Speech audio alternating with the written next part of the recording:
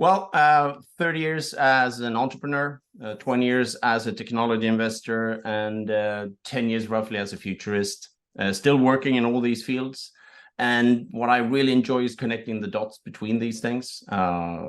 Reading about something when I do research for a keynote, using that in an investment, or actually meeting with a startup that has something revolutionary in some field, and then I can use that on stage as well. So connecting these dots in all these three areas as an entrepreneur, investor, and a futurist.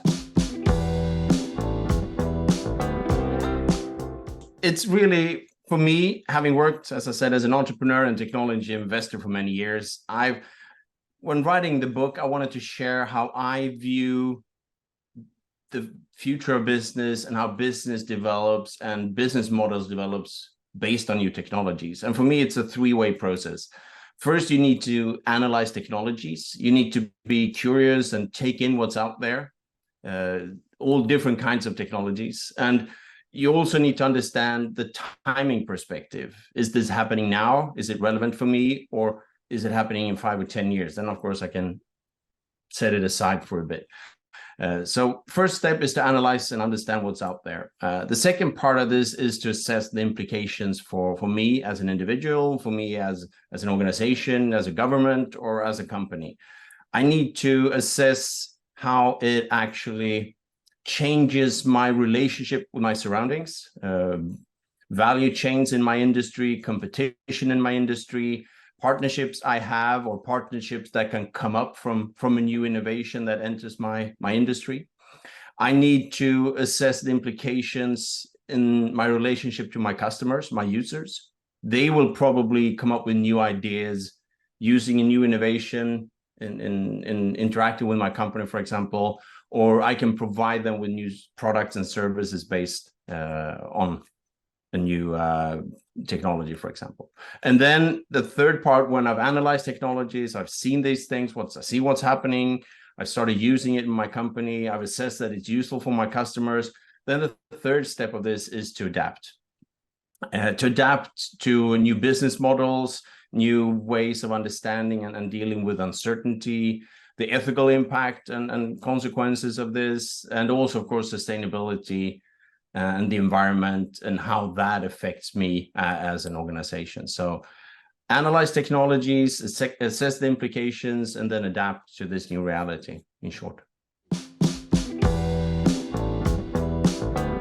I meet with politicians from time to time, and I'm always thrilled when I get invitations to speak on these subjects. And then always, and it's not the politicians' fault, it's maybe the fact that they all more or less have in Sweden, 4-year perspective in between elections on how they can change and what they can do. But there's a number of areas. One is, of course, demography. We live longer, we stay healthy longer. Demography is changing in all over the world today. So that is definitely an inevitable surprise that we are seeing now. Birth rates are falling, et cetera, et cetera. And that will put a lot of strain to the Western world. It will also probably create quite a few opportunities in the developing world. So that is really fascinating. Another is energy. In Europe, we've had quite a severe energy challenge in the past year here. And that will continue. And we see same thing here, an inevitable surprise that our global energy demand will probably double in the next 20 to 25 years, more or less double, meaning that we have to continue reducing the use of energy and be more efficient, and at the same time increase the supply of energy. And that is, of course, a trade-off and a challenge in the environment and the time we're in now. And the third part of this, which connect to these two, demography and energy, is, of course, technology in all its forms. From a geopolitical perspective, we have semiconductor shortage, China's interest in Taiwan and the semiconductor industry there. We have AI and surveillance. We have robotics and drones in military. We have quantum computing, which potentially will disrupt cryptography, meaning that's more or less an arms race in that as well. So there's all these different areas that are really, really interesting and challenging from a societal perspective.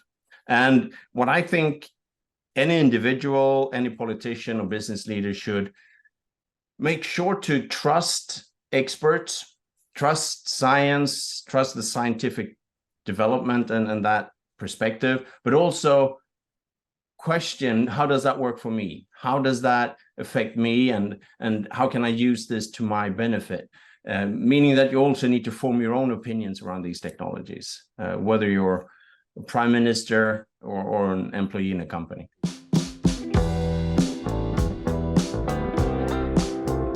When it comes to the hype in technology, I've seen so many tech bubbles bursting. I'm actually proud to say that I'm a tech bubble collector, more or less. In the late 1990s, it was the internet. Then it was nanotechnology. In the early 2000s, late zeros, it was clean tech. We've had virtual reality. And now just recently, there was a huge boom in software as a service companies, apps, and all that. And that burst here like last year.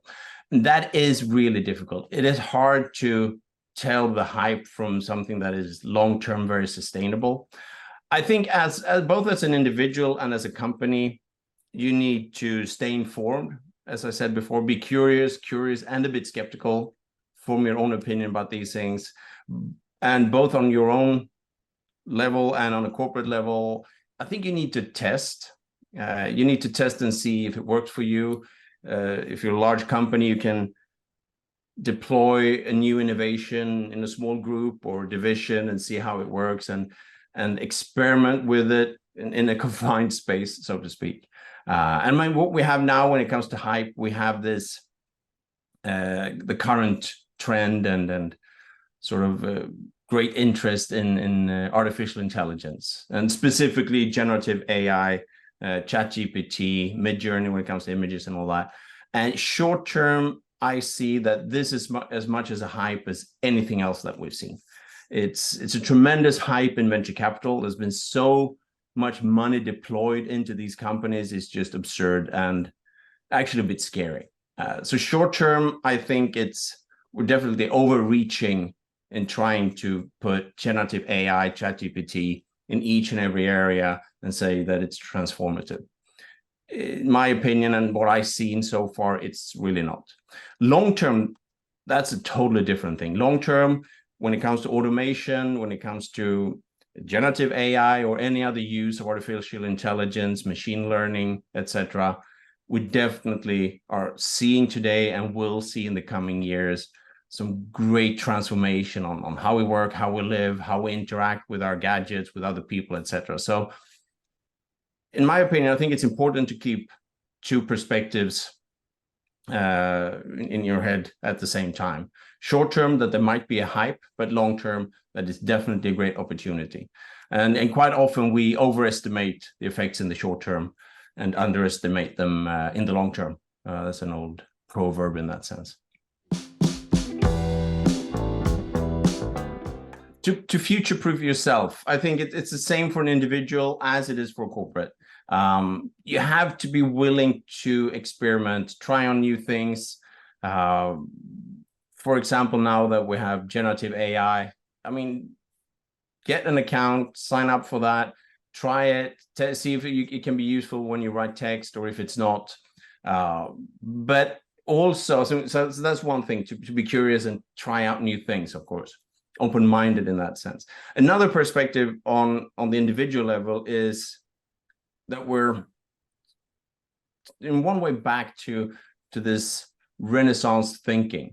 In times of great transformation where we are today, where we have IT that's been around for more than 50 years now. It's roughly 50 years in the first semiconductors were introduced in 1971. In times of great transformation, when IT is maturing and we got all these new technologies coming, like genetics, nanotechnology, biotechnology is expanding, then it's really, really interesting to see, and we've learned that from the past, that both the current technologies and innovations combined with the new ones. So a Renaissance perspective, trying to cross-pollinate between these areas, try to mix and match between technologies and and experiences. Maybe you have a degree in engineering, then combine that with philosophy or fine arts. If you're a humanities or business person, try to get some more technology into your CV, for example. So combining these different areas as an individual, I think that's really, really crucial right now. If you know me, it's late September. I'm, of course, preparing for the upcoming ski season, right? But apart from that, I spend a lot of time now looking at new companies to invest in, meaning that I quite often go deep down various technology rabbit holes. I meet with a lot of people. I do a lot of reading. I got this great pile of book. That's the next one here. I'm trying to go through everything from quantum computing, artificial intelligence, energy, sustainability, the geopolitical battle between Europe, the US, and China, all these different things that I try to keep up with so that I can boil it down to something that is presentable on stage, actually.